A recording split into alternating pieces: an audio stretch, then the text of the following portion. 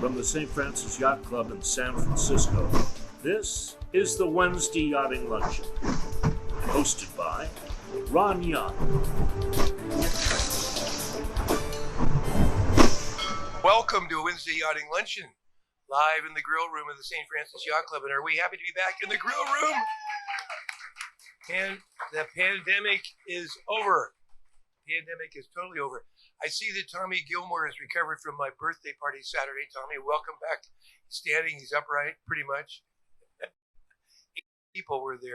He was representing a few other folks at the yacht club there as well. Let's see. Our speaker today, we could not have a more timely speaker, and we're going to have a couple of timely speakers, these next couple of weeks. But with all of the discussion about foreign affairs that is in the news today, I thought I'd listen to what a person from the next generation might have to say on the subject. So our speaker today grew up in San Francisco, went to the French-American High School in San Francisco, went off to King's College, where he got himself a bachelor's in politics. They don't call it political science there. Then he came back and went to Texas A&M, where he graduated from the Bush School, that's Bush the Senior School, with a Master in International Affairs. And he's currently at the University of Alabama, a PhD student in political science.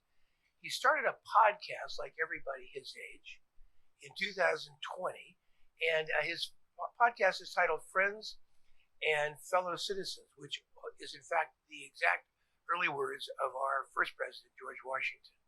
Our speaker today is an admirer of George Washington, as am I and many others. In 2019, he interned with a Democratic member of Congress, and to keep things on the even, in 2021 he interned with a Republican member of Congress. Once he went to both sides, he's currently he spent time in 2021 at a think tank, so he's very well rounded in what's happening in the intellectual side of politics. And so, welcome, Sherman Tylawsky. Come on up, Sherman.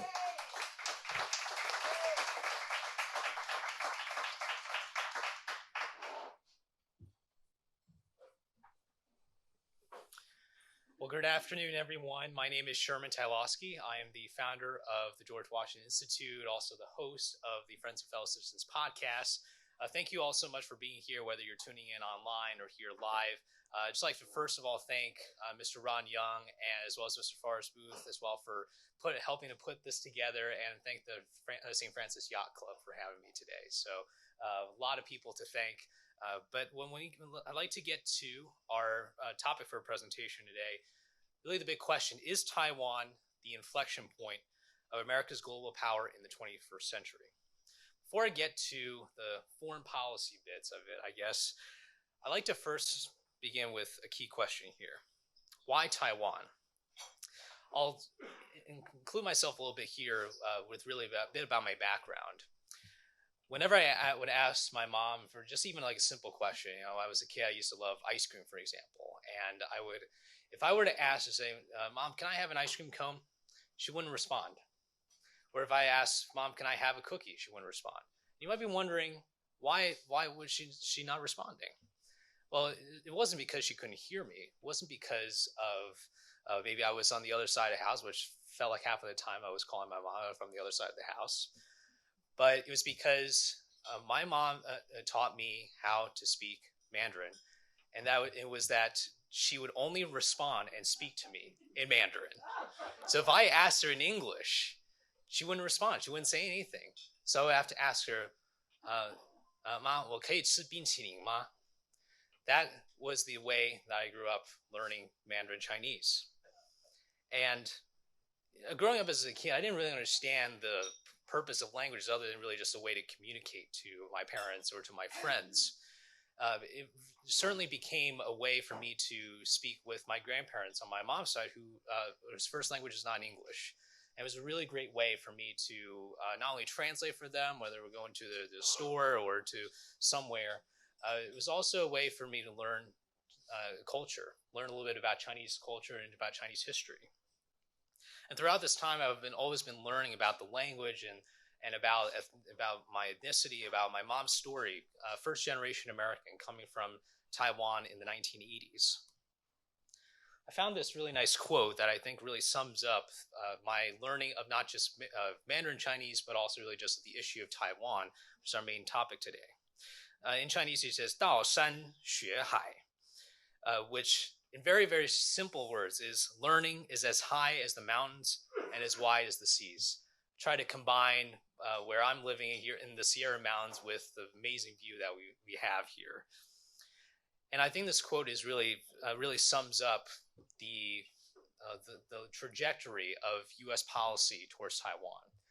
It certainly started a while back, but certainly I think the President Eisenhower really championed this idea of defending Taiwan. And throughout so many presidential administrations and Congresses, we've had that opportunity to learn more about what that relationship is between the United States and Taiwan. Now, I'm not a U.S.-China or U.S.-Taiwan relations expert, but hopefully through this presentation, through the discussion we will have with the Q&A, you'll be able to get maybe a bit more of understanding why Taiwan is such an inflection point. Certainly, I think it's an inflection point for our generation. We hear a lot about inflection points in American politics. I just pulled out a few of these headlines here. Obama has NATO summit inflection point. The FBI talks about inflection points, certainly on the issue of espionage. General Mark Milley, Chairman Joint Chiefs of Staff, discusses inflection points in the military.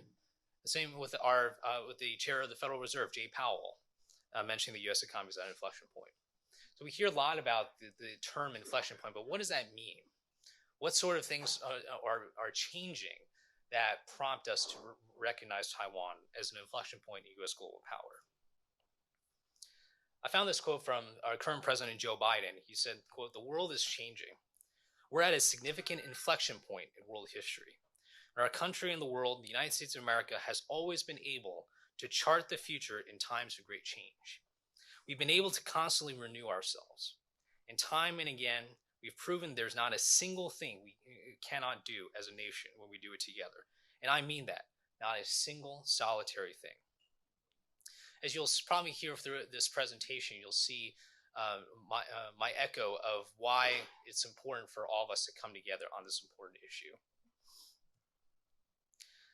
I mentioned really just some of the changes in my time learning Mandarin Chinese. At first thought it was more of a communicative tool.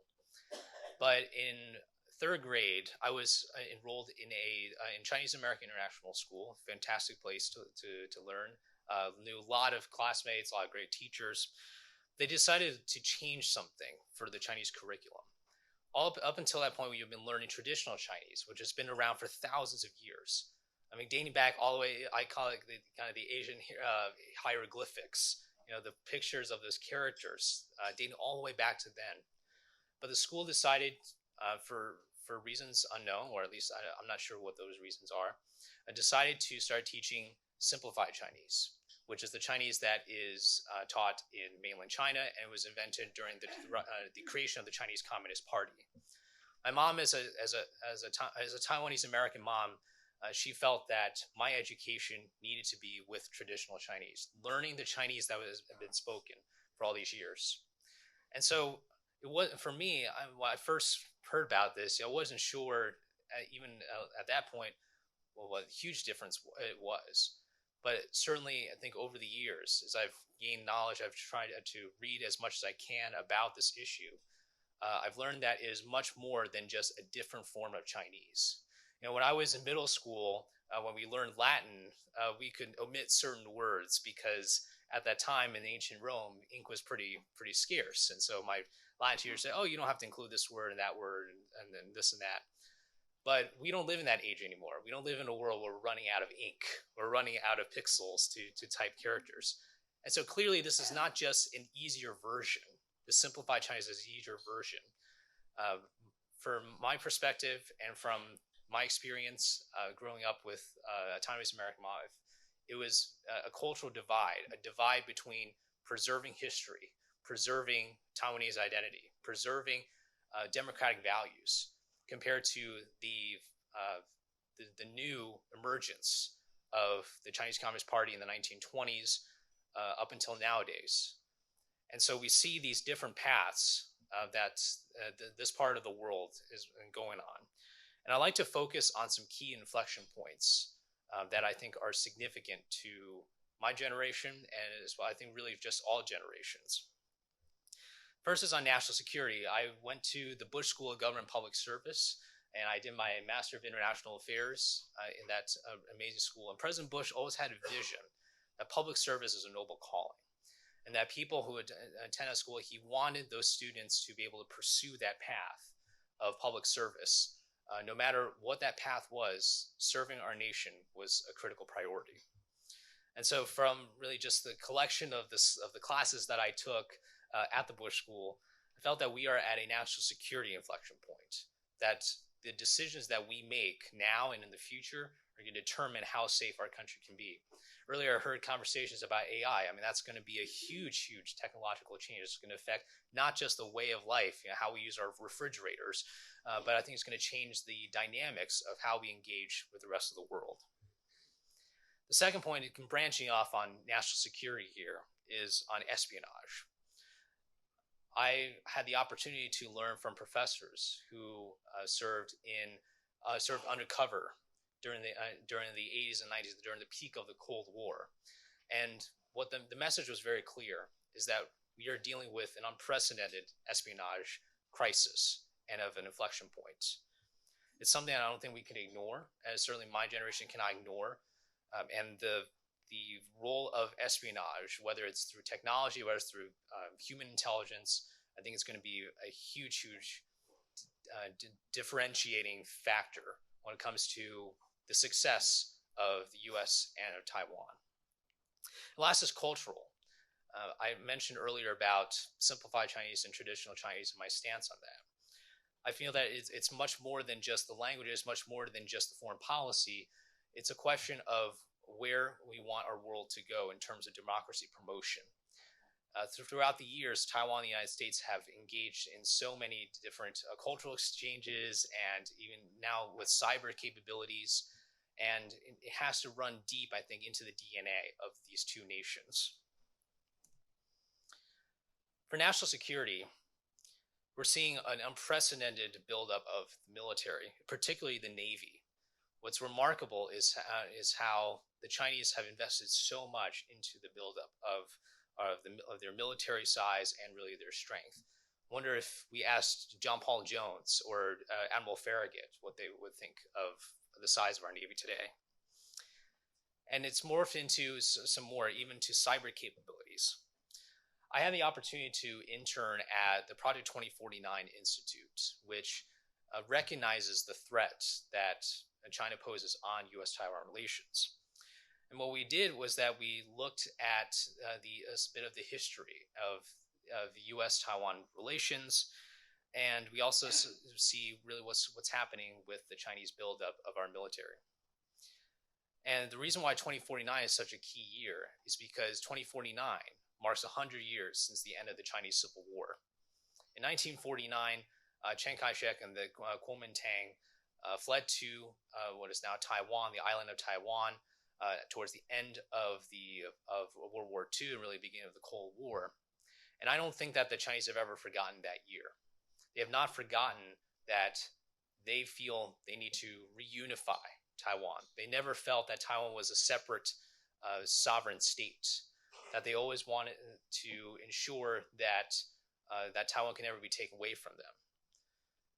For Project 2049, the work that I've been able to do, the work I contributed to learning really from the experts in that field, really showed how we need to think in terms of the long game. One of the things that I want to emphasize throughout this presentation or through our conversation is really the importance of having a long-term strategy. I read that, of course, in the next few months or so, we're going to be having a new Secretary of the Navy, I believe, part of the Joint Chiefs of Staff. Anyway, we need to have a Navy strategy. We haven't had one in decades. What is the future for the United States Navy in the larger game between the United States and Taiwan? I read a while back about what the former Secretary of the Navy said during the, I believe it was the 2014 Russian invasion or 2014 Russian invasion of Crimea. And he said the point of the U.S. Navy is to keep the sea lanes open. And yet, throughout the last several decades, we've seen that buildup in the South China Sea, a body of water that defines so much of the global economy nowadays. And so when we look back at the big picture of national security, we also look at our U.S. military capabilities. A number of people of our leadership in the military have said that they are incredibly concerned about this encroachment on Taiwan by the Chinese PLA, the People's Liberation Army. And what that means, I think, is not only a breach of what people consider international law or of diplomacy, but I also think it's an encroachment on U.S. global power, in that the Chinese don't just believe that Taiwan is just seizing an island that they claim was part of their history, part of their country. I think they know that Taiwan is a test on whether or not the United States says what it means and does what it says. I just want to bring up a few examples, historical examples of what I think Taiwan can be compared to. The Fulda Gap was something that the Project 2049 looked at briefly. And the Fulda Gap was an area in Germany where the Allies felt that was a vulnerability for the Soviets to potentially take advantage of, having that supply route, having that route directly into the West. Taiwan serves a bit like a Fulda Gap, in that it not only is an island with a lot of economic capabilities and of course the cultural elements too, but it was also an area of strategic importance. Knowing that control of Taiwan would mean dominance in East Asia, not to mention all the waterways that are nearby, including the South China Sea. When I was in London, even a little bit in the Bush School, we learned about the Suez Crisis, about how President Eisenhower responded to the crisis there, and how the mishandling by the French and the British ultimately led to the decrease in the French and English empire and British empires. Suez obviously represented, again, more than just an area of control. It represented an area of control for global shipping. Remember September 11th. I was quite young when September 11 happened, but certainly in the years since, I've learned how big of an impact it was, learning how vulnerable our country can be. A lot of the current national security policies and the strategies stem from the reorganization of our intelligence agencies in the wake of 9/11. But nonetheless, it wasn't just a tragic attack on innocent civilians.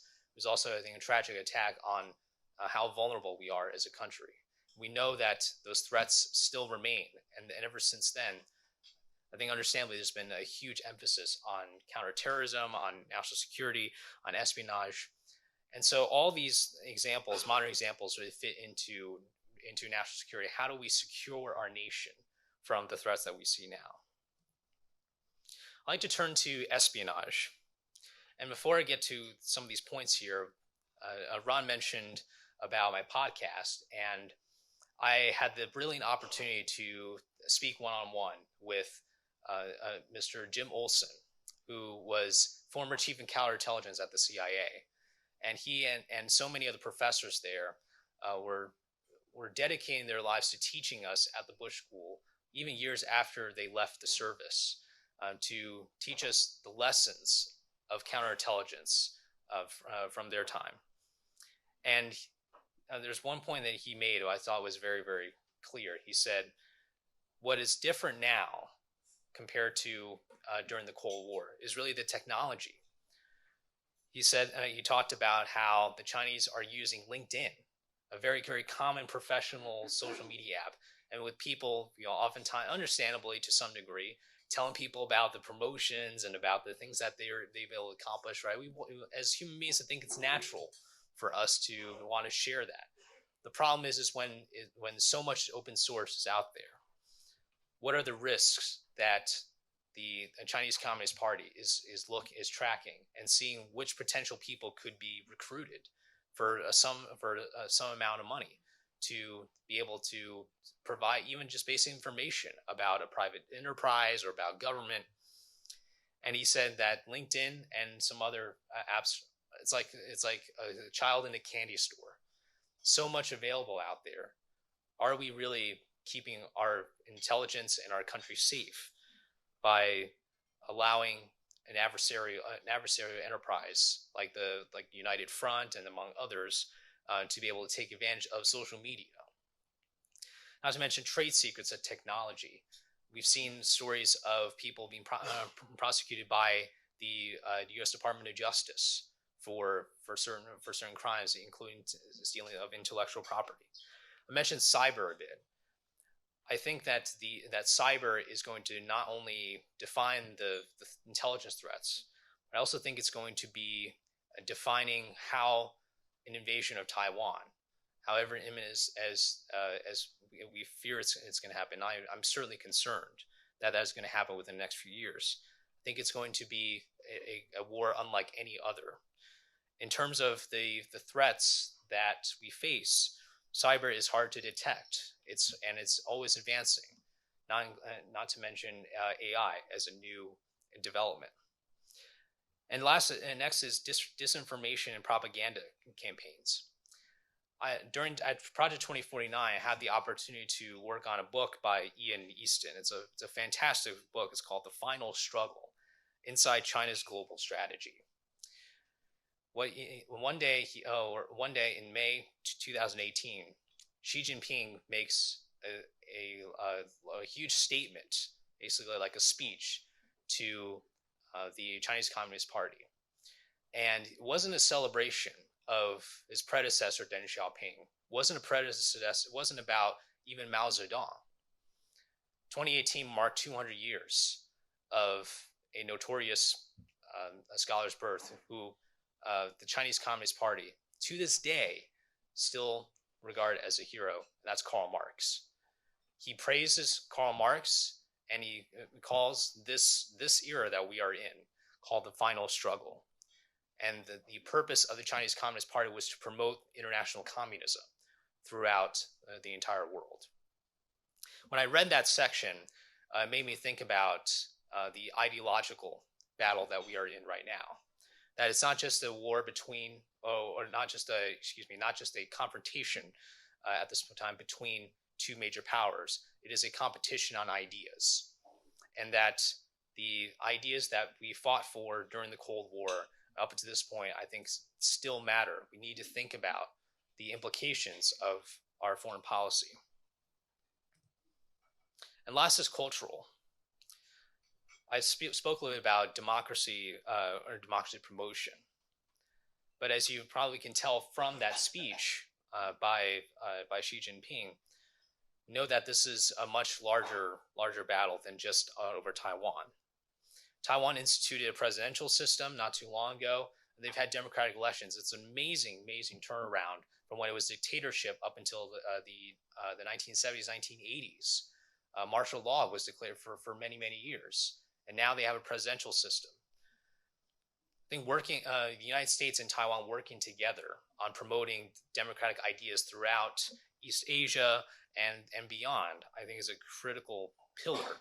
As you can see with these two photos, the top photo of President Tsai and Speaker Kevin McCarthy, and the bottom of now former Speaker Nancy Pelosi and President Tsai, you can see why there's so much interest recently in promoting ties between Taiwan and the United States. I think the debate on Taiwan and the issue of Taiwan also will determine, once again, the U.S. international standing. When the United States pledges through the Taiwan Relations Act and others that we are going to defend Taiwan, the question for the Chinese and for really the entire world is the United States going to do what it says? And the amount of work that I've read about when it comes to the efforts for Taiwan and the United States to work together across multiple presidential administrations, across Democrats and Republicans and independents, I think is something worthy to recognize. And so I'd like to close with a few marks as we can think about those three pillars of inflection points. I think Taiwan is, to use an analogy that I used before, is America's Suez. We saw the different responses, obviously, to the Suez Crisis. Eisenhower obviously taking that position of the United States and of drawing a line, and ultimately, I think, boosted the United States as an international power. Or if Suez falls, if Taiwan falls, would the United States of America be on the other side of that? I also think it's important, as Ron mentioned, I got to intern for two members of Congress who I think are incredibly dedicated to their jobs and to their elected positions. I also find that it's important to remain as bipartisan as possible, to work with people on the other side of the aisle. There's so many issues at stake, whether it's human rights, whether it's the economy, whether it's national security, that clearly this can be a bipartisan issue moving forward. I also think it's important to continue some of those policies under different presidential administrations. Having multiple presidents, but having that leadership mentality, I think is going to be very critical as we move forward. And lastly, it's really about strengthening U.S.-Taiwan relations. I think a lot about my time in Taiwan over the last several years. And my family and I have been very involved in an organization called Ciji, which in Chinese is Compassion Relief, Ciji. And the founder, Master Cheng Yan, who has been an inspirational leader for me, she was speaking about to volunteers who are all over the world, predominantly in Taiwan, but we certainly have a number of chapters here. And she says something that I think resonates with me all the time. She said, if the United States doesn't wake up, the world will not wake up. And so when we strengthen U.S.-Taiwan relations, we are not just doing it on a bilateral basis, but we are showing as an example of how we can engage with Taiwan and how we can engage with the people and the leadership and prepare them for any potential conflict. And certainly, I think it's the legislation that has been passed recently, the Taiwan Travel Act, as an example, allowing that free flowing of communication. That is going to be these kinds of pieces of legislation are going to keep us moving forward as the bilateral relationship continues. I found this quote from the Diplomat, I believe, and it was the Diplomat, and this is speaking about Eisenhower's trip in the 1950s. Recently, I actually drove all the way from Alabama to Nevada. I should say cross-country driving is an amazing experience. You should all try it if you haven't already. Through 10 states, 2,500 miles. But I stopped in a small town called Abilene, Kansas, which is where Eisenhower is from. And I decided to go to the Presidential Library and Museum and to take a look around. I was absolutely amazed by what President Eisenhower did. There's so much to cover, but obviously, one of the things he did was that he visited Taiwan, and I think he set up the U.S.-Taiwan relationship. So when it comes to Taiwan, Eisenhower did in fact adopt a bold crusade. A lot of people didn't think that he was going to have that sort of boldness of his administration, but when it comes to Taiwan, he adopted a bold crusade, the defense of a tiny U.S. ally against his closest neighbor and bitterest enemy. The ramifications of Eisenhower's approach to Taiwan reverberate in today's cross-strait relationship, as well as in the China-U.S.-Taiwan triangle. No wonder Taiwan still likes Ike. I think about Eisenhower, think about all these presidential administrations since then. I think there's a lot of work ahead of us for my generation, for future generations too. And so when we think about the inflection point, where are we now, and where do we want to be in the future? I'll close with a brief proverb, Chinese proverb, that my mom used to tell me.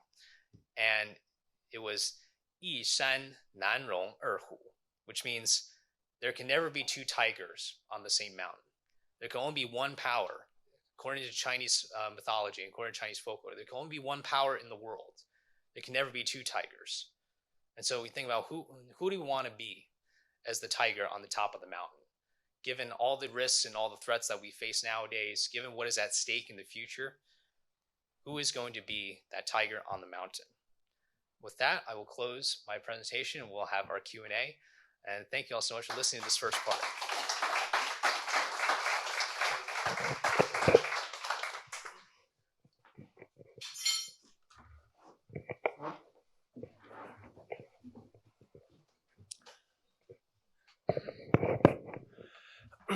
Great, Sherman. Thank you very much. And while I'm going to ask some questions, if you have a question in the audience here, put your hand up and we'll bring you the microphone. And if you have a question online, jump onto the chat line. And we have Bruce Janagian in our audience. He's a very informed international diplomat and lawyer and member of the Navy League to help send your question up to our speaker today. So first of all, your own genetic background. You're half Chinese and half what else? Half Ukrainian. Well, Ukraine wasn't a country when my ancestors came, but modern day. Okay. And now give us some quick facts about Taiwan. What's the size of the population? Mm-hmm. So Taiwan is about 30 million approximately. And it's obviously, it dwarfs compared to the population of China, which is about 1.3, 1.4 billion. If I were to add something to the conversation about really the potential of war, I believe it was 2049 or somewhere where the Chinese believe say, well, you can have all the bullets and all that. Every single person in Taiwan can be armed, but we have more bullets than you do. And I think that really shows the sheer numbers. I think is a very key component to recognize. And Taiwan obviously has grown so much, especially in the technology sector, and so that's why, and as well as shipping, among others. And so having Taiwan as that key geostrategic state in that part of the world I think it's increasingly becoming an issue there. So it's basically a little bit smaller than California. What's the GDP?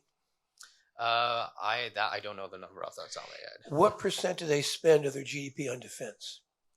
I would imagine it would be quite high. I don't have the numbers on that. So we're advocating that European countries spend 4%. Yes. And we're wanting them to spend 4%. We would expect that we would want the same thing from Taiwan. Mm-hmm. What do you think its greatest value? That is, what is Taiwan's greatest value to the world right now? Right. I think what Taiwan delivers, I think it's twofold. One is on economic value. The one of the big pieces of legislation that was passed recently in the last few years is semiconductor chips. Taiwan has really made itself a superpower on semiconductor chips, which obviously is everywhere in each device that you own, and in our advanced computer systems. So it's not only has it found like a manufacturing element or an engineering value, it's made itself distinctly right in the middle of the cyber world. And I forgot to mention earlier, but the cyber is one of the biggest threats that they're facing. They're constantly facing cyber attacks. And so they've really developed themselves to a major cybersecurity player. And so when we look at that value, we see that it's going to be increasingly, we don't know what that future is going to be for AI and how they're going to play, but I imagine that they're going to be a huge player in that. What's the physical distance from Taiwan to China? I think it's about a couple hundred. It's not 300 miles. It's not super wide. So in other words, there is a big island the size of California in population. It's half the distance from here to LA off their shore. So a big question has to be, how would we possibly defend an attack on Taiwan from China? How would America do that? Well, we have to depend on our allies, on Japan, on the Philippines. I mean, the logistics, you can imagine, of shipping all the supplies, all those troops over, would have to depend on Guam and some other places around there too, Australia. And I think that's probably one of the biggest challenges that especially the Navy and other branches of the military have to face, which is the logistics. if you look at, I mean, as General Pershing once said, logistics wins wars. I don't remember the exact quote, but I think we need to listen to General Pershing here, understand how are we going to resupply Taiwan. I mean, Ukraine already can be a challenge when it comes to delivering weapons and whatnot. When you have a giant Pacific Ocean, my point exactly. Yes. We have a question from the audience. Yeah. First, thanks, Sherman. That was a great talk. Enjoyed it a lot. And I respect your commitment to your Taiwanese background. That said, though, I'm going to take a more realpolitik kind of approach with questions similar to yours. 3 questions, 3 areas, and questions/statements. So the first one is a statement that I think that the U.S. policy to China should be at all costs this century to avoid nuclear war, at all costs. Number 2, the statement is that Taiwan is not, sadly, Ukraine. And statement 3 is that our policy toward Taiwan should be to help Taiwan become as much of a porcupine as possible. But that is short of us having U.S. troops fighting the Chinese directly. So now let me fill in just a couple details on the first. Avoiding nuclear war at all costs, because if we do that, I think we win against China this century. China has demographics that's killing them. Their population is already falling. At the same time, they have over 100 nuclear-tipped weapons, and they'll have several hundred by the end of this decade. If we get a nuclear war, this place here is toast, as is probably 20 cities in the U.S. Our greatest risk to lose to China is that war. Second, it's not Ukraine. You can send 1,000 trucks across the border from Poland, and the Russians can't tell diapers from ammo, and yet we have to cross 6,000 miles. And the Chinese can see us coming. They have hypersonic missiles that can take out any carrier that has 5,000 soldiers on it, and then we are directly at war with them. And then as to the last point is that we should make Taiwan a porcupine. And to your point about supplying them as much as possible, let them spend as much as possible, and let's see if they have the will to be like Ukraine and fight. Okay, all 3 points, just sure. Your comments. Sure. Well, thank you for bringing those up, because certainly I think the nuclear element, I think people are generally on board with that, because obviously mutually assured destruction, right? And especially the point that you made about Ukraine, it is certainly not Ukraine in terms of the geography and all that. You mentioned, though, some of the issues that China is having with the demographics and the economy. One of my concerns is that, a bit similar to how with Russia, when it comes to the decline in its economy and decline in popularity of President Putin, my concern is that when there is a point where the people of China are fed up with the economic conditions or of the demographics or of just quality of life, the concern is that President Xi will use the reunification of Taiwan as a nationalist kind of rallying cry, as a means to justify, obviously, production of weapons and of obviously getting the Chinese population on board with the war. And I think the threat is still we haven't seen that point, but I see some parallel with the Russia-Ukraine situation, because when there is this threat towards the legitimacy of basically like an emperor in terms of the Chinese context, the czar, I guess, in the Russia context, I fear that you will see, no matter how reckless it is, the urge for an authoritarian leader to pursue action on Taiwan in whatever form that is. It could be cyber attacks, like I mentioned earlier. I think this is going to be the first real cyber war in terms of a combination of both, missiles and bullets and cyber, if it were to happen. Yes, Bruce Chinagian. A question along the lines of China's real interests. how much does China gain by taking Taiwan? How much does China gain by moving north? Beijing has serious water problems that require water coming from the north, which it's not getting. China has claims to northern Manchuria. China has claims to a lot of what is now Russia.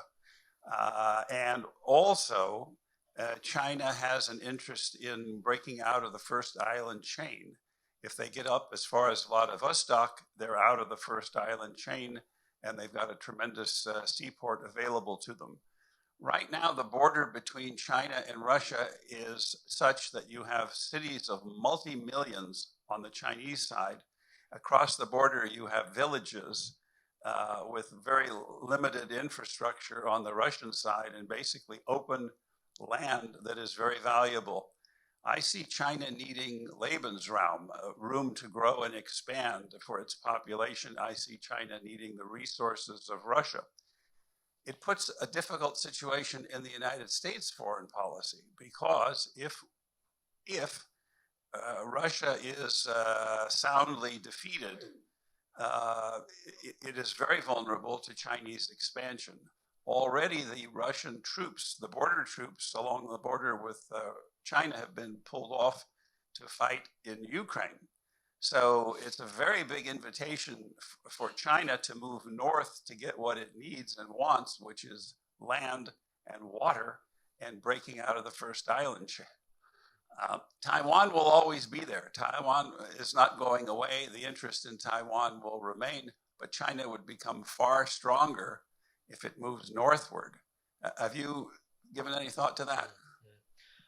Well, I think I would completely agree that China has a lot of geopolitical problems throughout, because it's such a large country and it borders really all these like mountainous terrains, and it's just a tough geography. If you go north or south or east, I think there's the issue with Taiwan is significant because I think is unfortunate. I think the most, if it were to count all the other countries nearby, I think it would be, in a worst case scenario, I think it would be the easiest to take. I think it's very tough, even nowadays with modern technology and weapons and things like that.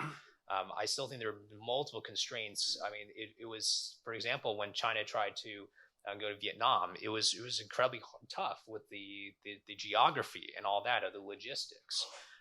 But I think Taiwan is still not just in a vulnerable position, but I think when it comes to, for example, crossing the Taiwan Strait and all that, it's still, I think, up there in the priority list. And I think, though, to your point, that China is always thinking about, I'm sure that issue too. The question is where they would go to strengthen their geopolitical position, given that there's so many options throughout the continent.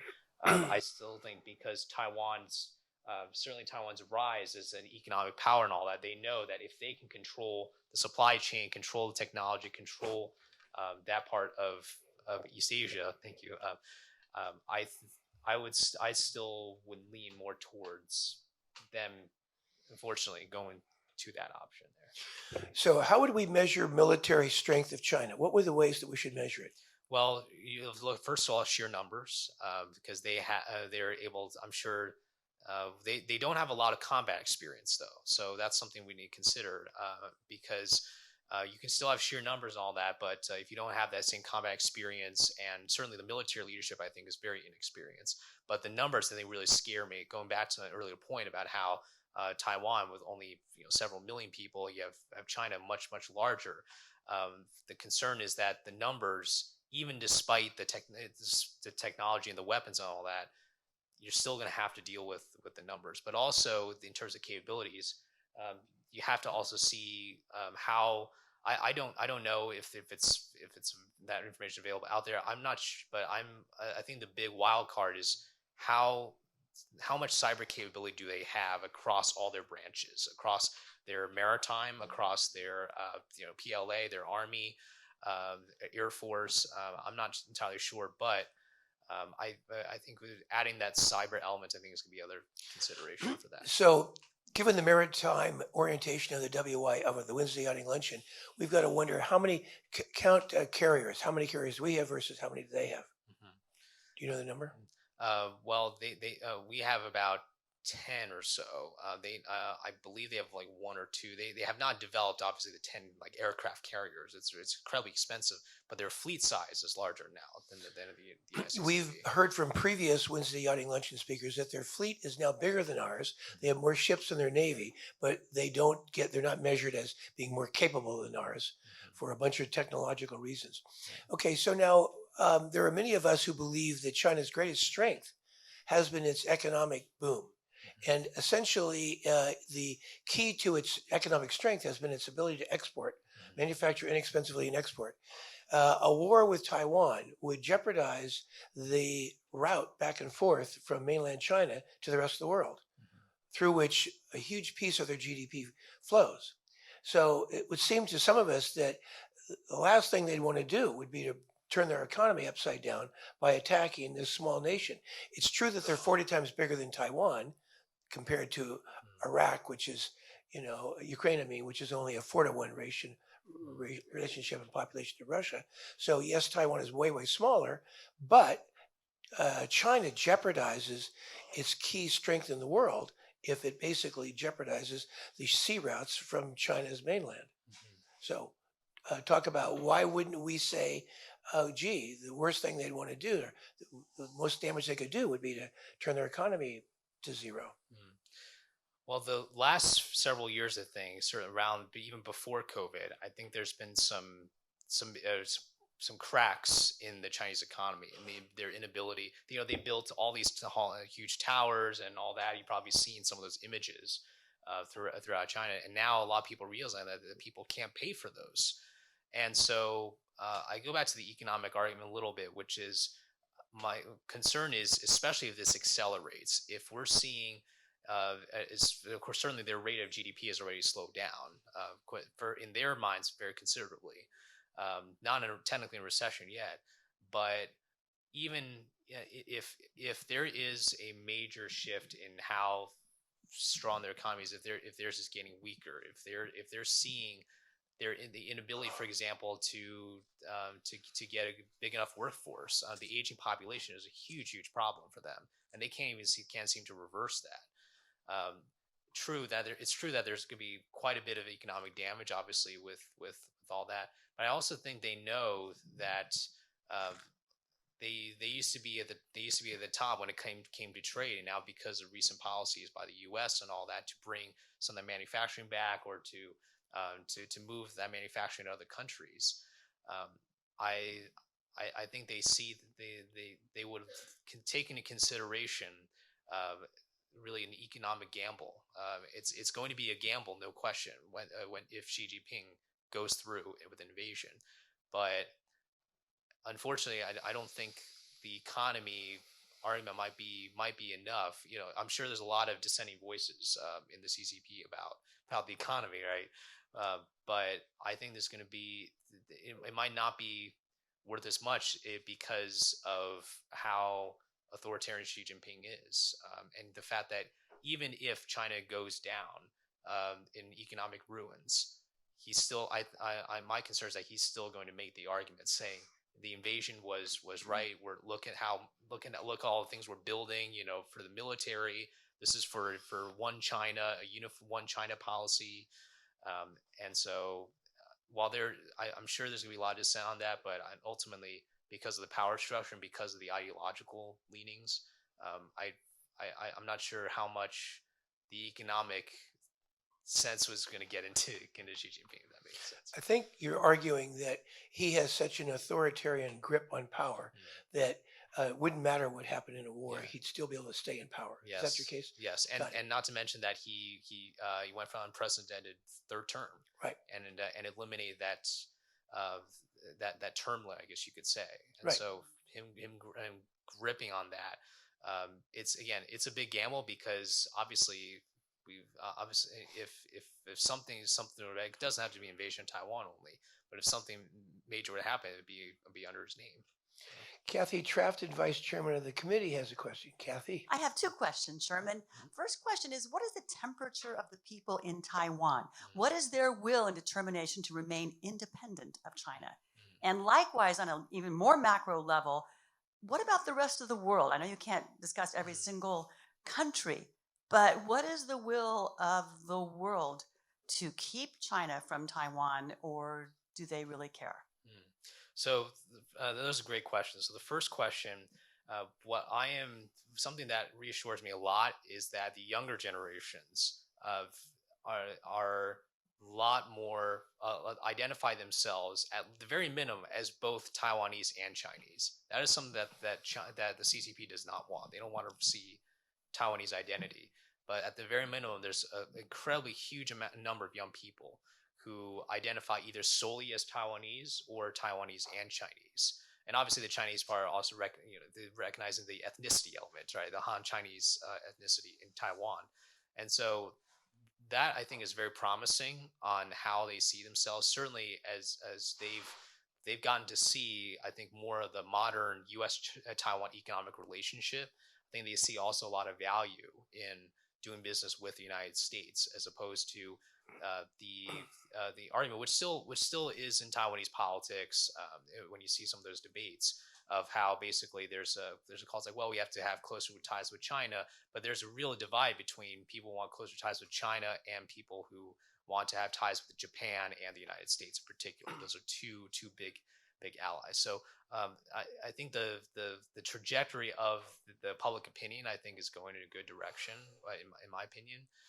In terms of the will to fight, I would think that maybe not as much on the same lines, but I think it certainly is telling that if people are willing to identify themselves as Taiwan, and if the Taiwan can obviously rally the troops and all that, if something were to happen, I think there would be a good chance that a lot of people would be willing to do so. Not to mention that they have some military service or whatnot.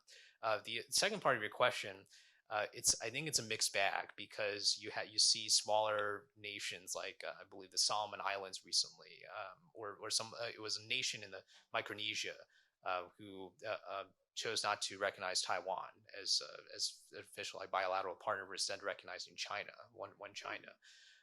But on the other side, I think the going back to, and again, it's not an exact analogy, but what the Russian invasion of Ukraine, I think, showed is that the first time we've had this sort of war in Europe, I think, has woken up a lot of people and say, you know what, we all thought that this was years long deterrence of Russia, and Russia would never invade Ukraine, and yet the fact that something like this could happen, the memories, unfortunately, of war, I think, have entered the West's minds.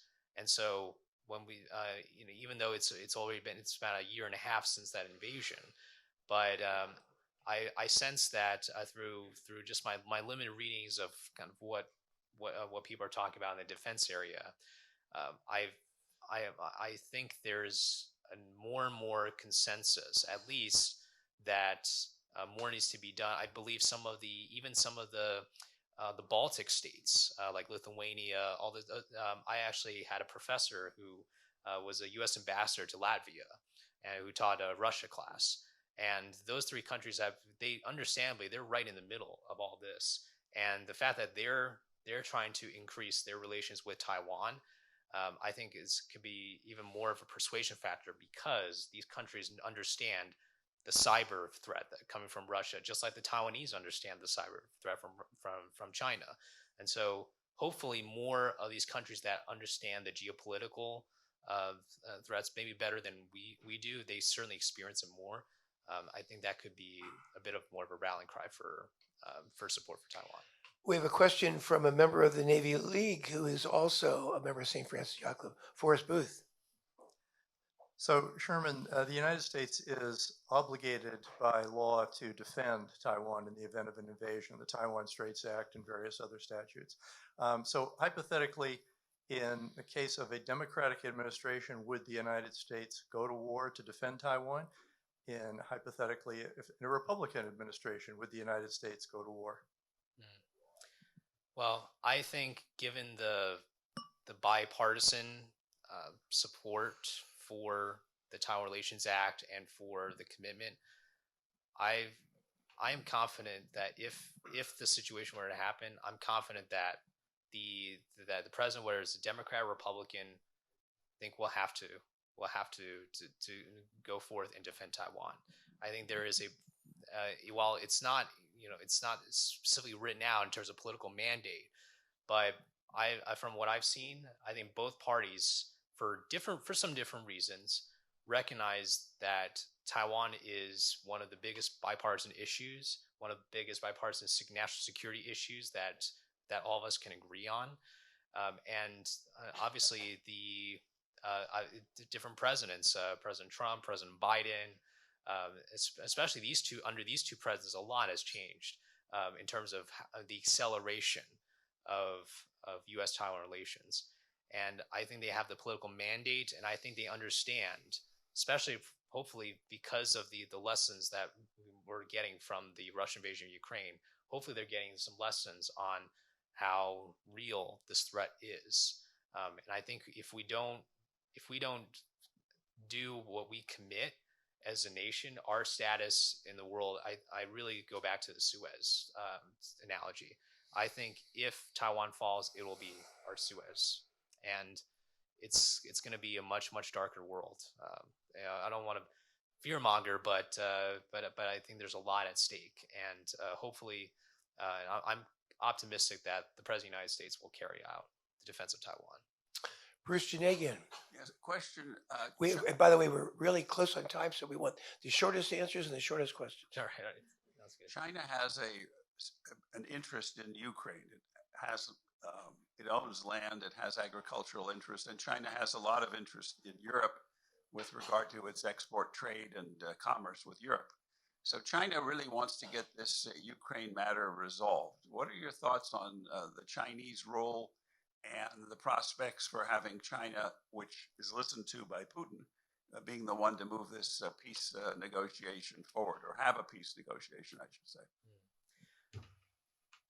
I think China wants to, first of all, they want to test and see the resolve, I think, of the Ukrainians, because there's clearly an interest in seeing, and I think they're monitoring very closely. If I had to guess, but the other thing too is that going back to the standing, China. That's why one of the reasons why Xi Jinping has been meeting with Putin and trying to be the peacemaker. I think is trying to depose the United States as the biggest player for a potential peace negotiation, and I don't think it's going to be successful for if Xi Jinping were to move forward with this. But I think it's a bit of posturing, kind of setting up for a potential invasion of Taiwan. And I understand they do have, of course, the economic interests. I know we talked a little about economic interests in Taiwan, but the way the Ukraine situation will play out. Hopefully, obviously, we want to have peace in that area at some point. But I'm also concerned, though, that as it drags on, I'm concerned that invasion of Taiwan will drag on for a very long time unless there is some kind of resolution. And it's hard to see where that resolution is, but I think Xi Jinping knows that if he can try and garner more support for China as the big player and not the United States, I think he will pursue that. Sherman Tylawsky, thank you very much for being on the Wednesday Yachting Luncheon. We appreciate it. Thank you all so much. Thank you.